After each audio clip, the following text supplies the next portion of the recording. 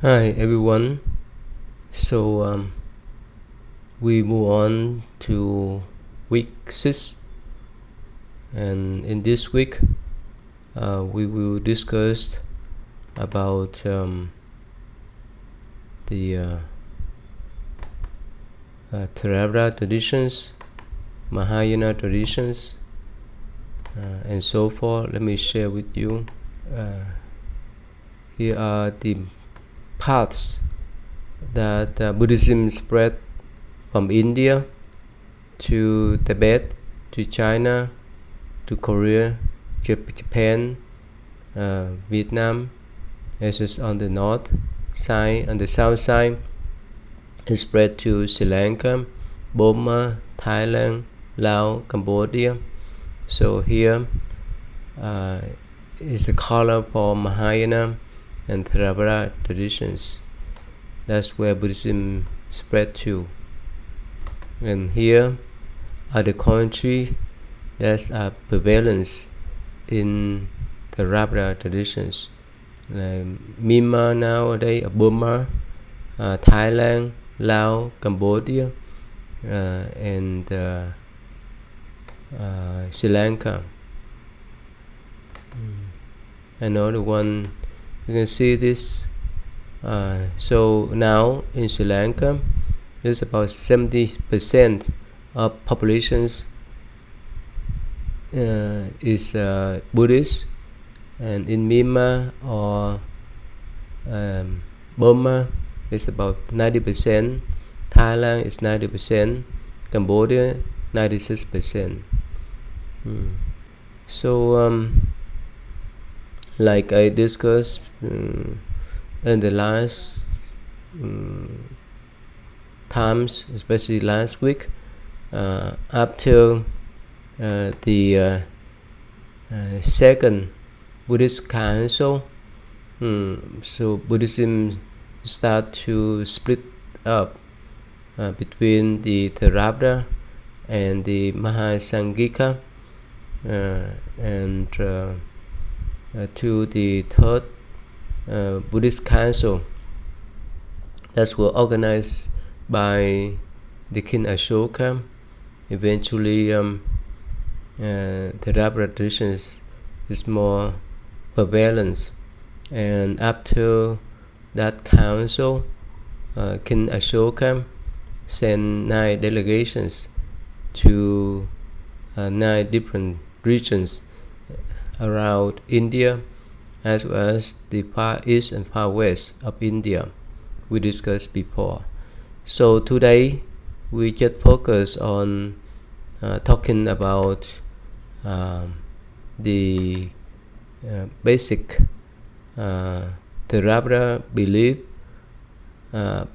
practice, and principle, so that you can follow.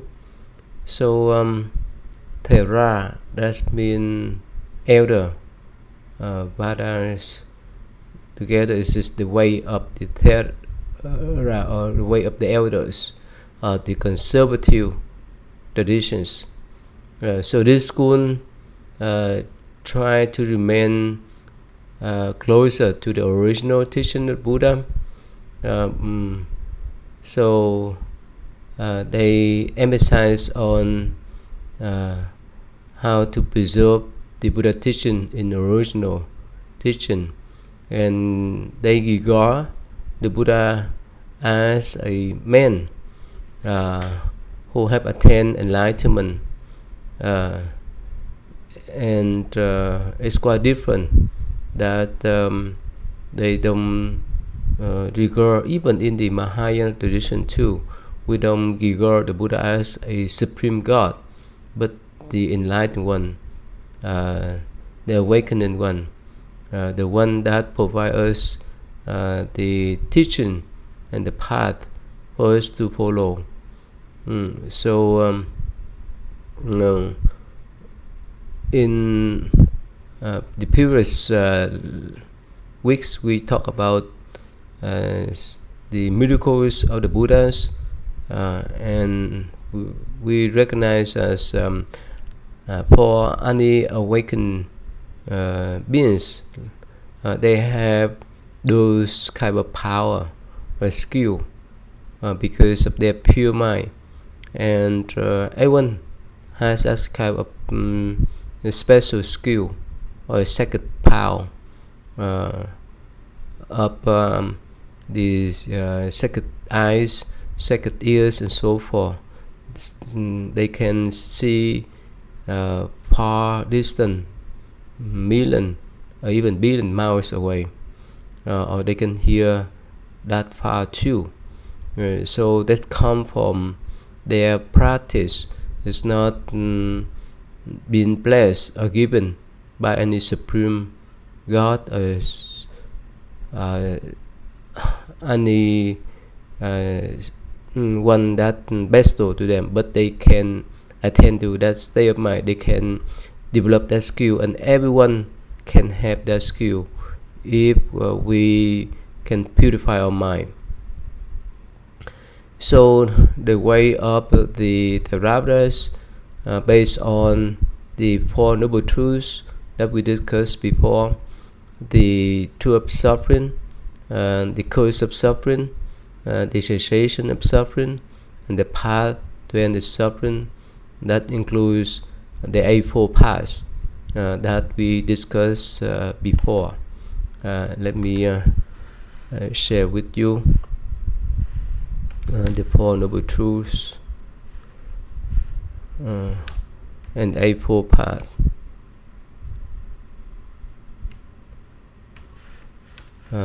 That are the basic teaching of the Buddha that the Theravada tradition propagate or preserve. That here's the Four Noble Truths here: the truth of suffering, the dukkha, the original cause of suffering, the extinction of suffering, the path to end the suffering. So we need to recognize, to understand dukkha, to understand the dissatisfaction or the suffering that we endure. We need to recognize this dukkha, that means the suffering. For example, the physical body has to go through birth, aging, illness, and death. So there's no exception. No one can escape from that. And it's encouragement that we need to recognize that we can understand dukkha, that means suffering. The other side of suffering is happiness, and we can realize that we can transform those sufferings into the happiness. Especially we can transform our mind from all kind of mental fluctuation like stress, anxiety, depression, and so forth. And the original of dukkha, this means the root of suffering. The Buddha reminds us that they are let's see, I think it's better, the desire or the craving, the anger and delusion. We talked about that last time. And suffering can be overcome if we know how. If we put effort into our practice, we can overcome those sufferings, especially mental suffering. And the path to end the sufferings was prescribed by the Buddha through the Noble Eightfold Paths. It's just here. Let me put it down. Okay, let me type this.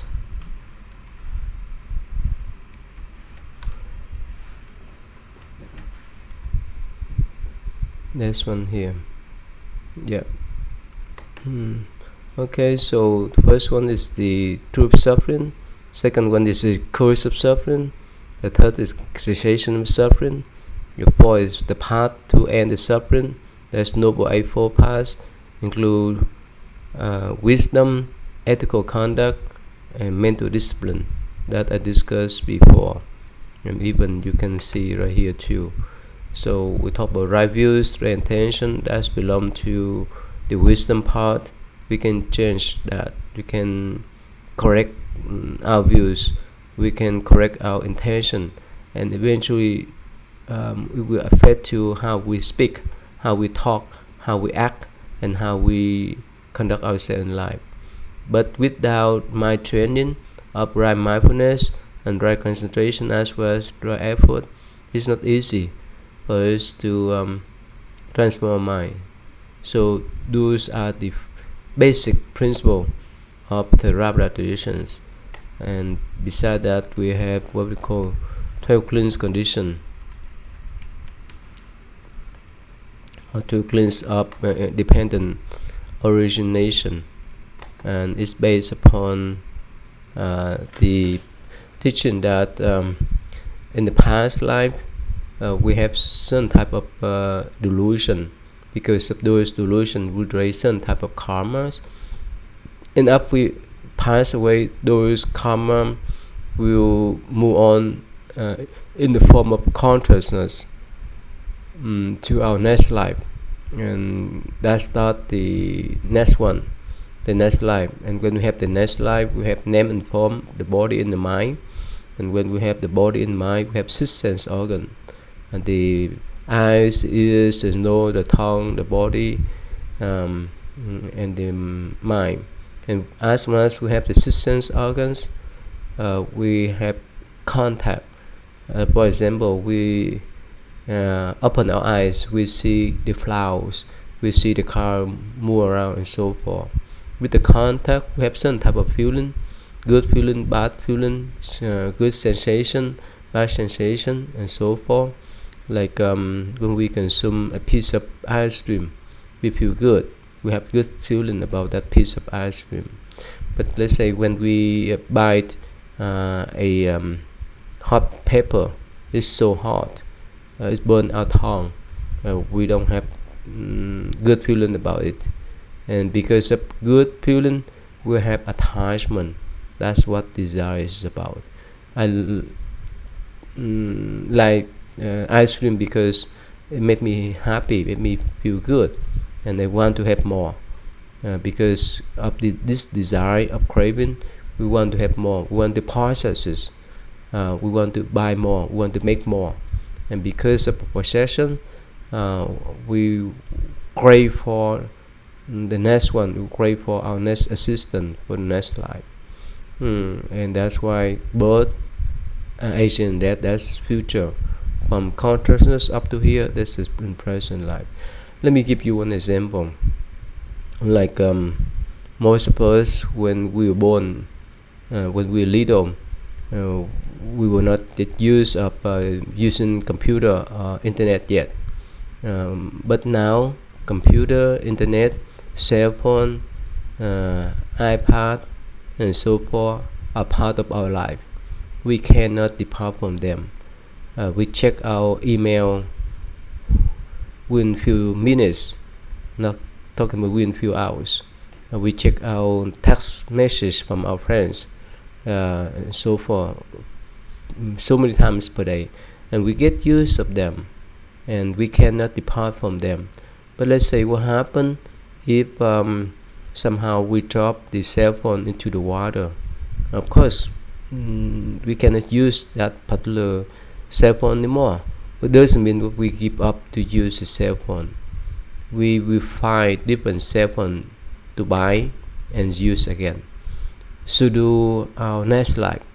Now we get used of all kind of attachment, all kind of habitual patterns, like driving the cars, having some relationship with our friends, our family members, and so forth. After we're done with this life, it doesn't mean that we end. We will find different form of lives to move on. It's like when we broke our cell phone was damaged, we need to find another one to use. So that's why, because of a craving for existence, we move on to find different form of life. So again, those are the basic teaching of the Theravada traditions. And of course, I can spend hours and hours, days and days, to talk about the Theravada principle and teaching. Last time I showed you the video clip about how to find the Buddhist Sutra in the Pali or Theravada traditions. Here you can search for, let's say, subject, and they have all kind of subject for you to find. And here, for example, admonishment, Asian, and so forth. You can click on this short sutra. Sometimes it's short, sometimes it's long. That the Buddha mentioned about old age and so forth. So Buddha has spoken or taught for more than 45 years, and he taught every day. And that's the reason why his teaching is so numerous that even monks among us in our lifetime, we could not study all, we could not read all. We may be selective. We may select out whichever teaching or principle that's suitable for our practice or suitable for teaching others. So that's why, if we want to understand the Buddha's view about life, whether it's related to how we conduct ourselves, how we transform our mind, and so forth, we may go here to find the subject of studying, so that we can learn from the Buddha wisdom. So that is the basic teachings of the Buddha, and this like the whole libraries that we can find different subject of learning. So again, go back to the monastic life of the Theravada traditions, how they conduct themselves. So most of the time, the basic principle of Theravada tradition is that we need to practice by ourselves. We need to rely upon ourselves. We cannot rely upon others, especially while we're doing meditations. And we need to put enough effort to do the practice until we attain arhatship or nirvana. So nirvana is the state of everlasting peacefulness and happiness without any kind of mental fluctuations. That's the general definition of the nirvanas. And of course, for the lay people, whether they follow Theravada, Mahayana, or Vajrayana tradition, they need to follow the 5 basic moralities, principle, rules, like no killing, no stealing, no such misconduct, no lying, no taking intoxicant. So all Buddhists, regardless of tradition, need to abide those 5 precepts. But somehow in the Theravada tradition, they advocate more or focus more on the monastic life of monks. So that's what we call Sangha. Sangha has means the monastic communities of monks and nuns. So they focus on the rules for the monks, about 227. Within their rules, there are some major and minor rules that the monk needs to abide to. And on the top of that, they need to do meditations without doing meditation, keeping the rules is like just tie ourselves down. That's why meditation is the most important aspect of the Theravada monks, that they need to practice, whether samatha, that means common meditation, and vipassana, that means insight meditation, and that I explained before. Samatha, that means we sharpen our concentration, we defocus our mind, so that we can have concentration on whichever thing we do, so that we can be more successful, more mindful. And especially with that kind of concentration, we would not be disturbed by other external environment. We have firm mind and concentrated mind. And the vipassana, that means insight meditation, help us to realize the things as the way they are, so that we would not be deluded by whichever happening in our life. So for example, if we see a book and we just recognize, oh, this is a book, but if we manipulate our own thought, we analyze, we discriminate, oh, this is blue book, red book, and so forth. This is the book I like, this is the book I don't like. At that times, our emotion may pop up, and that's where suffering comes from. That's why we need to see the things as the way they are, not to manipulate our own thought, the scenes and situation. So that's just a general explanation of vipassana. It's a series of concentrations. For concentration, like while we are driving the car, we just focus on driving the cars. But let's say if we stop the car gently and slowly, we pay attention on that act, and we're mindful of that act. That's called vipassana, insight. And when we step down, we know which foot we put down first and which one is later.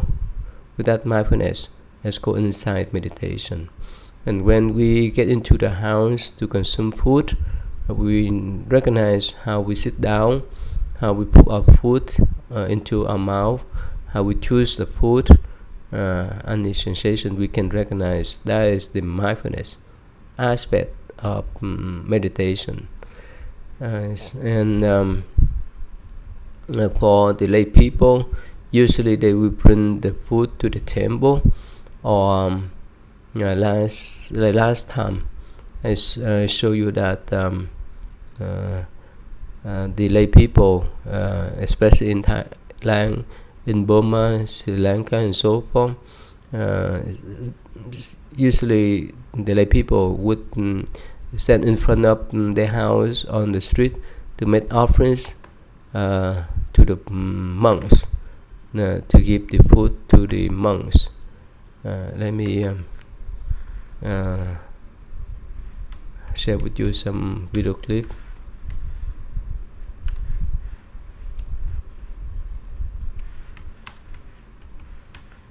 Okay, here.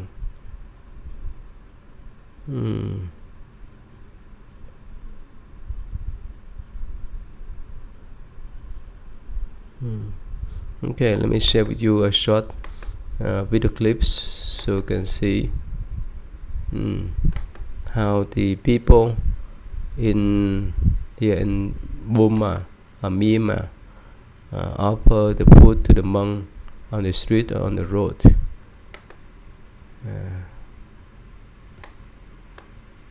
Let me skip. Okay.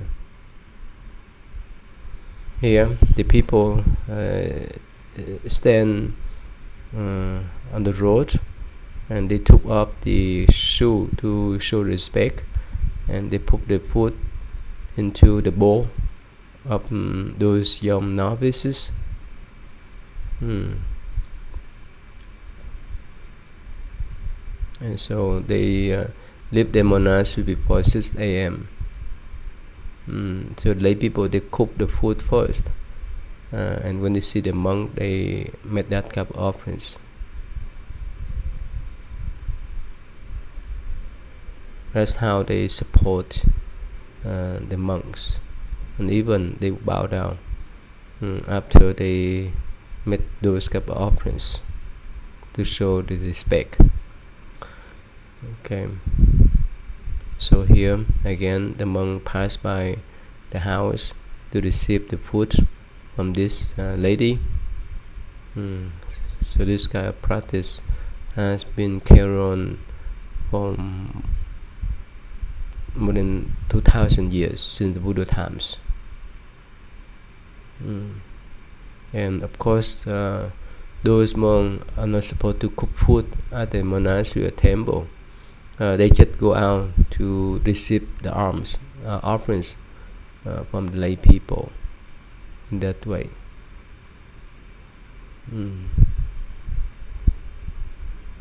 For the lay people, this is the way they generate the merit.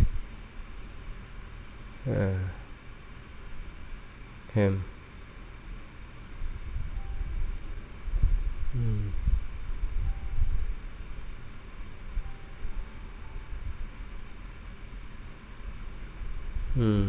Young and old, so they walk barefoot on the street, on the road, and they supposed to bring the food back to monastery to eat together. Okay, so that the relationship between the Buddhist monks and lay people, and some of them they may bring the food to the temple, and they support to build the temple financially for the Buddhist monks to practice at their centers, and that's the way they can generate their own blessing. And in some countries like Thailand, Burma, and Sri Lanka, they have some laws that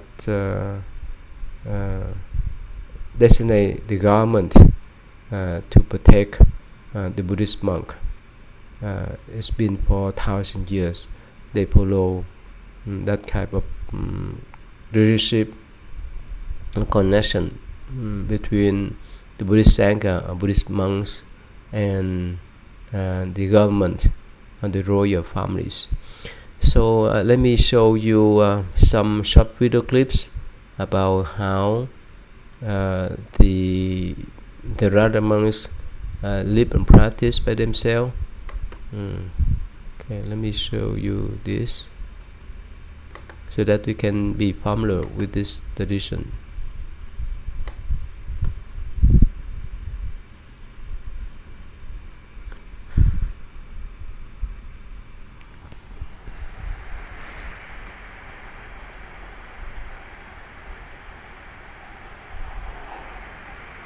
And here you see that this is early in the morning. They wake up early, so they gather to clean the temple before 5 a.m.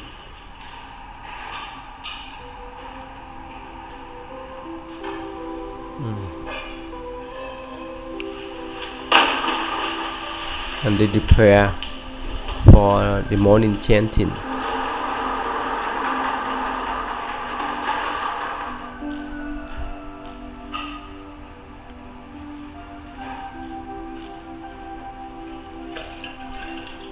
And after the chanting, they prepare the bowl to go out to bed for food. They have some teas. Of course, in the Theravada traditions, they are allowed to eat breakfast, not the dinner. and they go out. That's the bowl, baking bowl, and some utensil there.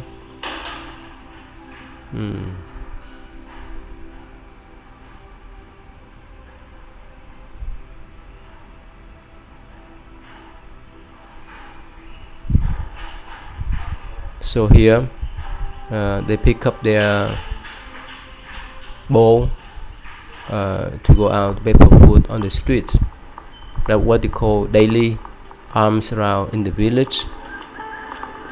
They work together, and they're supposed to walk in silence, in the mindful way.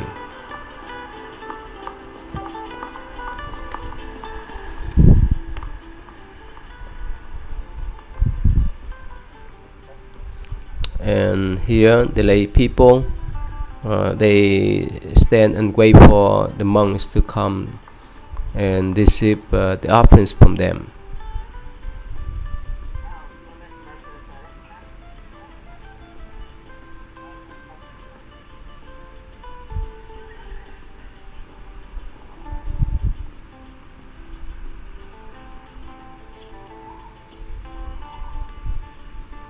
They receive the food offerings from lay people until they pour.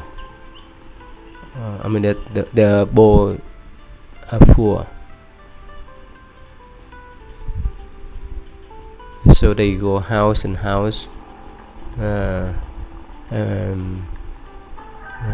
It take them 1 hour to walk around the village to get the food. Here they say it's about 5 kilometers. So after that they go back to the monastery.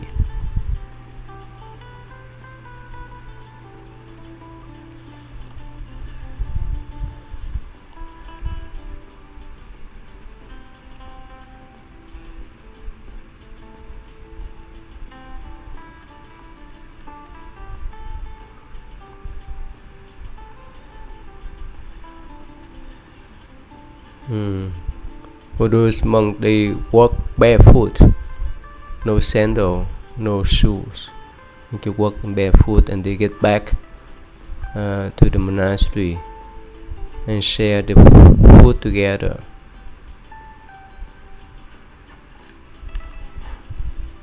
Of course, in some monastery, they have lay people who volunteer their time to come and sort out the food, so that they could make offerings to the monks one more times.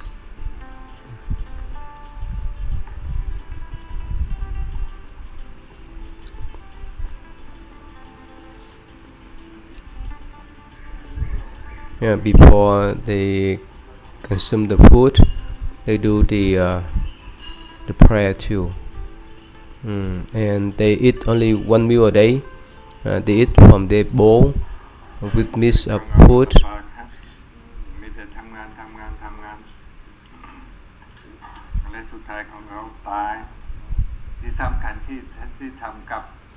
And after the meal, they give the teaching to the lay people.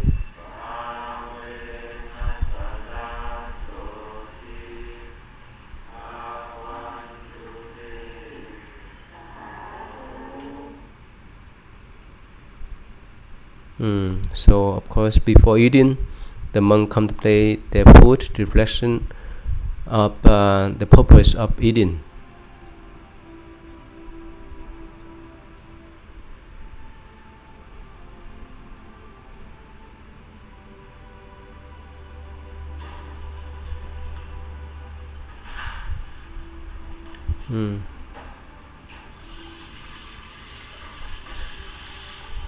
Here, after eating, they wash their bowl.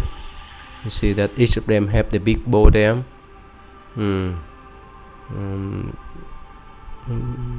After washing the bowl, they dry it out by themselves and put it back neatly.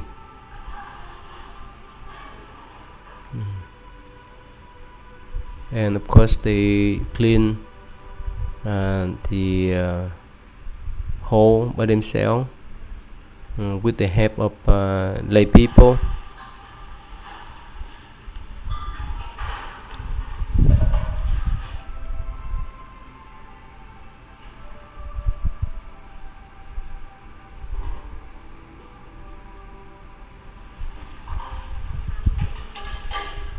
In some monastery they have some people, the lay people come to help out too.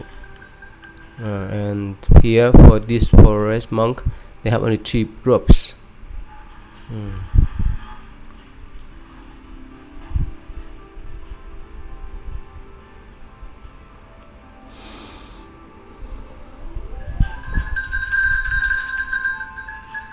And of course they give the leftover food to the animals.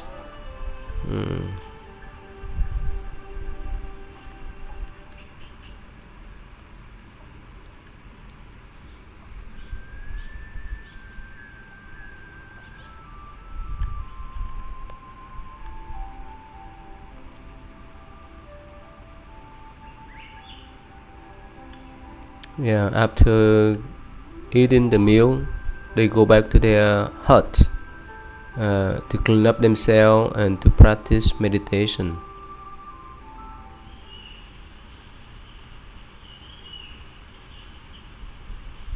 So from that time on, they practice meditation, including sitting, standing, and walking for the whole day.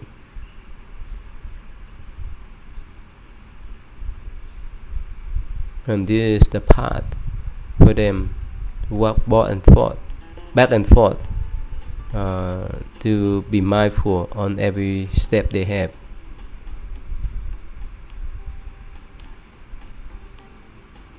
And this monastery is located probably in the hill. It's on the hill.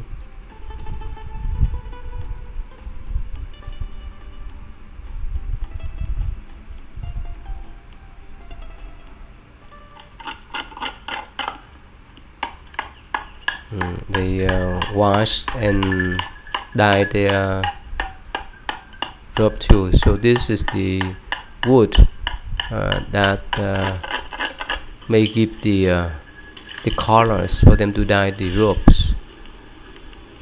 They have been practicing this kind of methods for thousands of years. They boil the water for one day to dye the robes.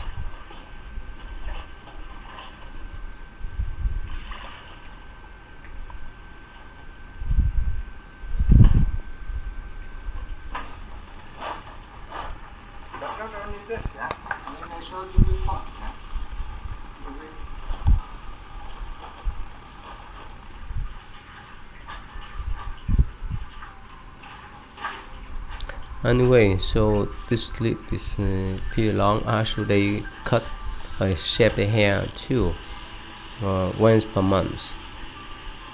So cutting the hair is the symbolic way of cutting off the attachment and all desire. And they make the brooms to sweep the floor by themselves.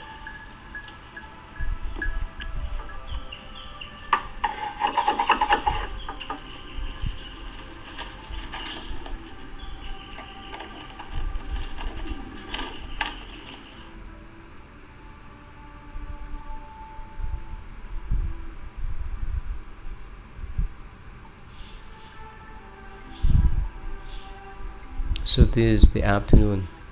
They sweep their route to keep everything clean.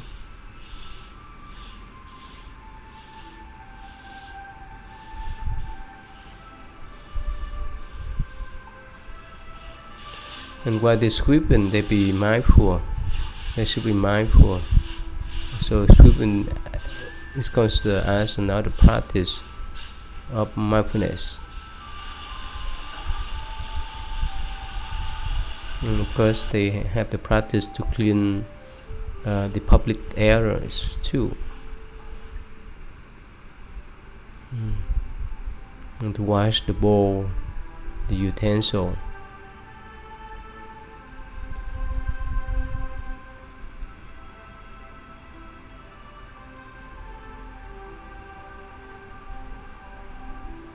and up to around 5 p.m.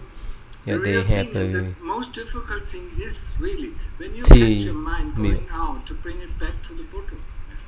The future has not come.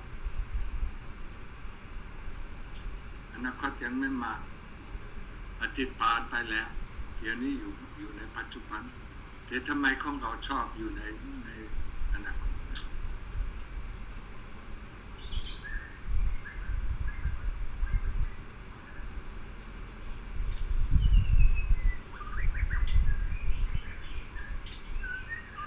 So this is late afternoon times. So the head monk would give the lecture for the lay people and even the young monks. Everybody remember the song? It was in the 70s or 80s. Don't worry, be happy. The moment we worry, we are unhappy. We worry about tomorrow. And tomorrow, has it come? No. We worry about yesterday. Can we change anything? Why don't we just stay in the present moment? And there are no worries in the present moment.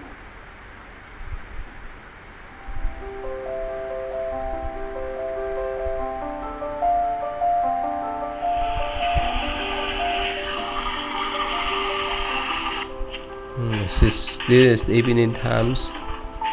They take a shower for themselves.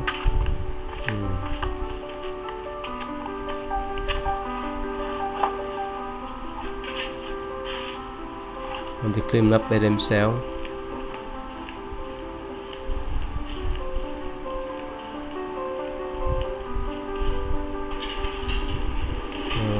Evening times they close the gate.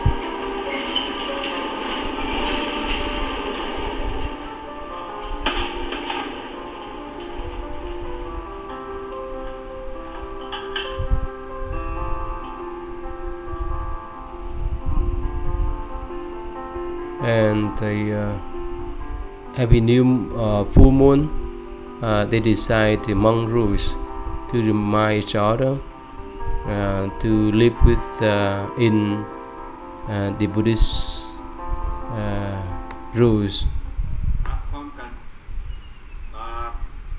And this is the evening chanting.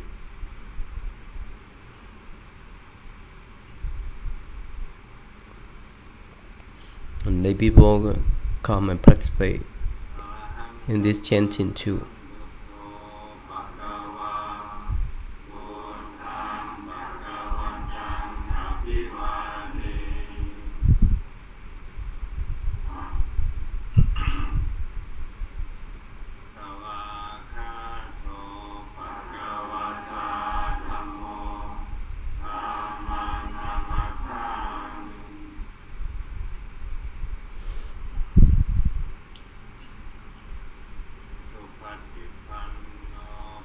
Okay, so these are the schedule or the activities of the Theravada monks for a day. And there's other video clips about what they call the rain retreats. That's mean for the monks every summer they need to stay back at the monastery to do this kind of rain retreats. During the Buddha times, only during this rain retreat the monk came together to study together, to sit in meditation together and support each other spiritually. And after the rainy retreats, they would depart from each other so that they can go and give the teaching to different people from different regions. Let me share with you this video clips about what is meant by rain retreat. If you've seen the videos of men arriving in Thailand to ordain in a temporary IDOP program for foreigner monks, you'll understand just some of the extraordinary road one must travel to become a monk. Over the course of this 4 to 5 week program, you'll have seen firsthand some of the Dhammadaitas, their journey, their struggles, and their transformations. After the program is completed, most of these men will return to their native countries and hopefully bring back the lessons that they learned. But what about those who choose to stay on longer? What makes them want to stay? What's in store for them? And what will their lives be like? How will they influence the world around them once they've been transformed themselves? These are some of the questions we'll explore today, so stay tuned.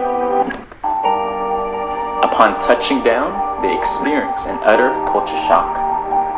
The scorching heat, unfamiliar currencies, customs, traditions, cuisine, and language are all a way of life completely foreign to them. The new monk, however, is trained to master his 5 senses, to surrender to this new world and way of life. This vision of the new man he hopes to become is what allows him to overcome the fear of the unknown. Upon arrival, they are immediately separated from their belongings. They exchange their street clothes for a simple, all-white garment and set up their tents to officially begin their transition into monkhood. They also begin their hectic daily schedule, which runs from 4 a.m. until 10 p.m.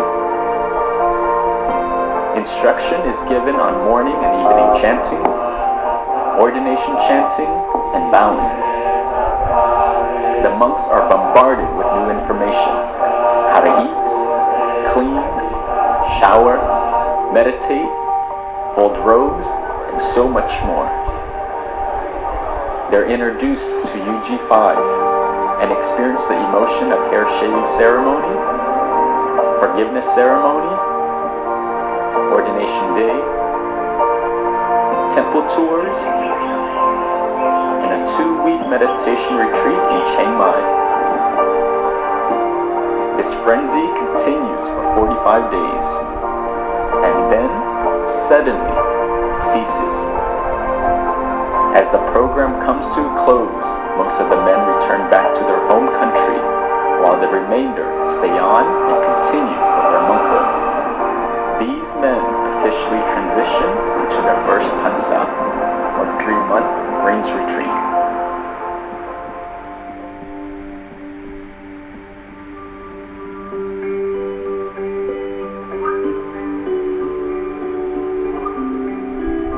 Here, the pace of life for the new monk drastically slows down.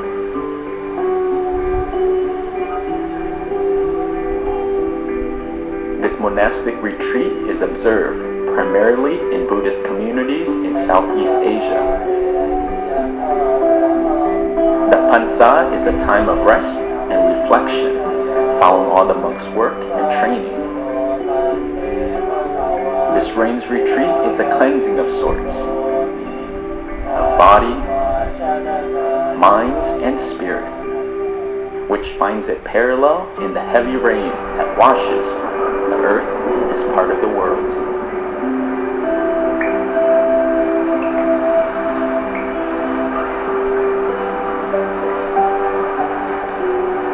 The Pansa can begin as early as June or July and run until September or October of the Buddhist lunar calendar.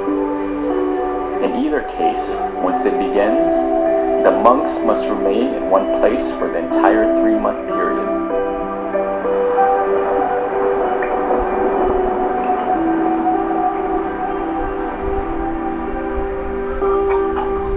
Retreating hours away from the city to their sanctuary at the International Buddhist Monk Training Center in Prachinburi. Devotees continue their training as monks. IBTC was built in 2013 with the intention of training international monks and is situated on 101 Rai, or approximately 40 acres in the Prachinburi province.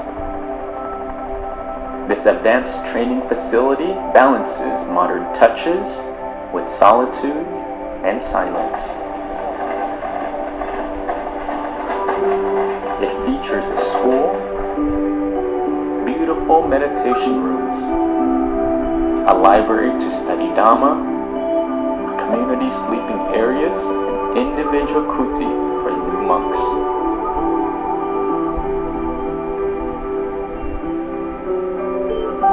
The center is surrounded by a variety of trees and plants, the beauty and tranquility of nature.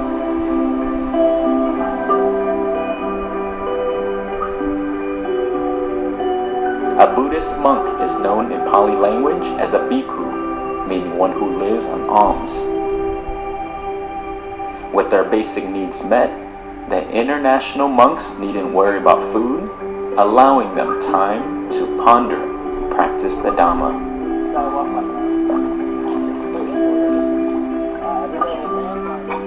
During his free time, he may help in cleaning the residence, finding in his work another path along his meditation practice.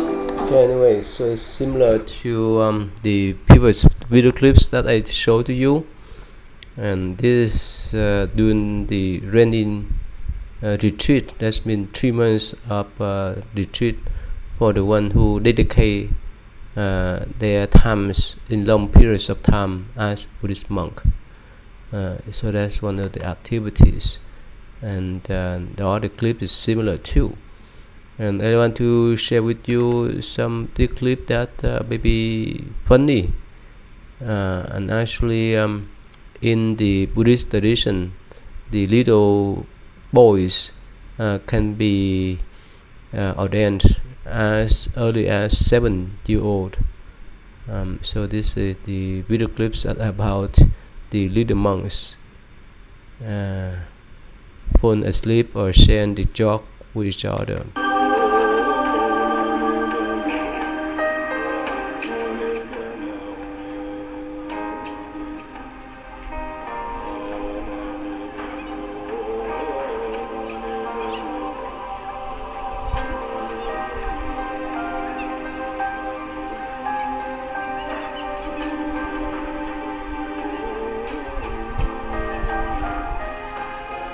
Okay, and that's one. There's another one here. It's short too. It's be a bit funny too.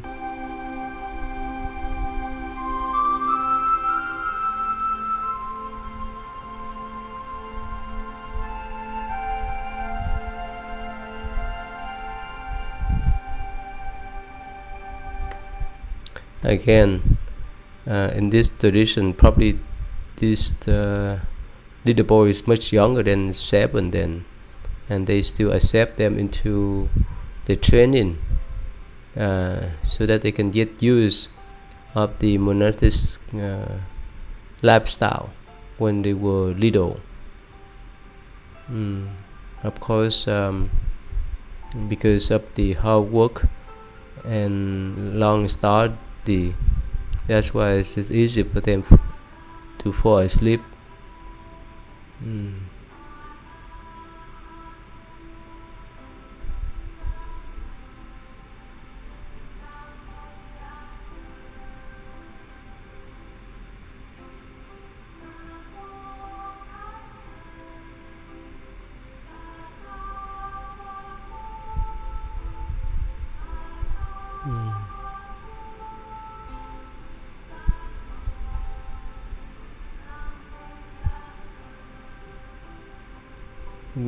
Look at these little children. They still have the strength to sit up by themselves.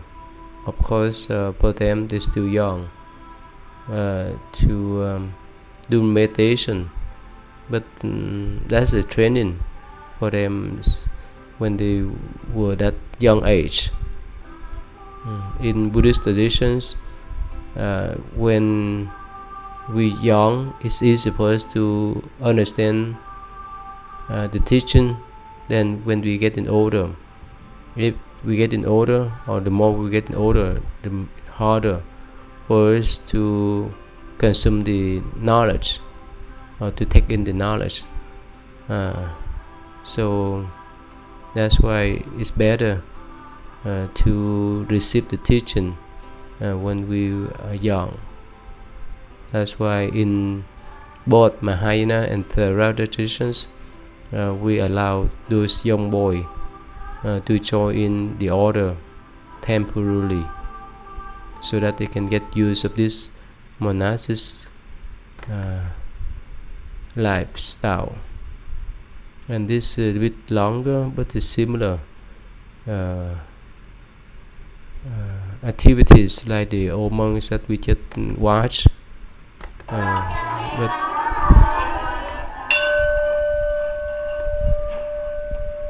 here they follow this daily schedule after they wake up.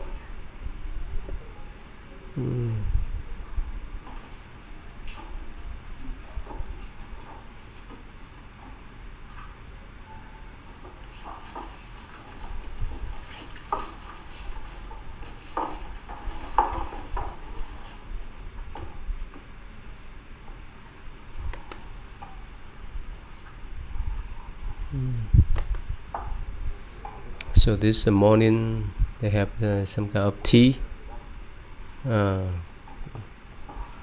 drink.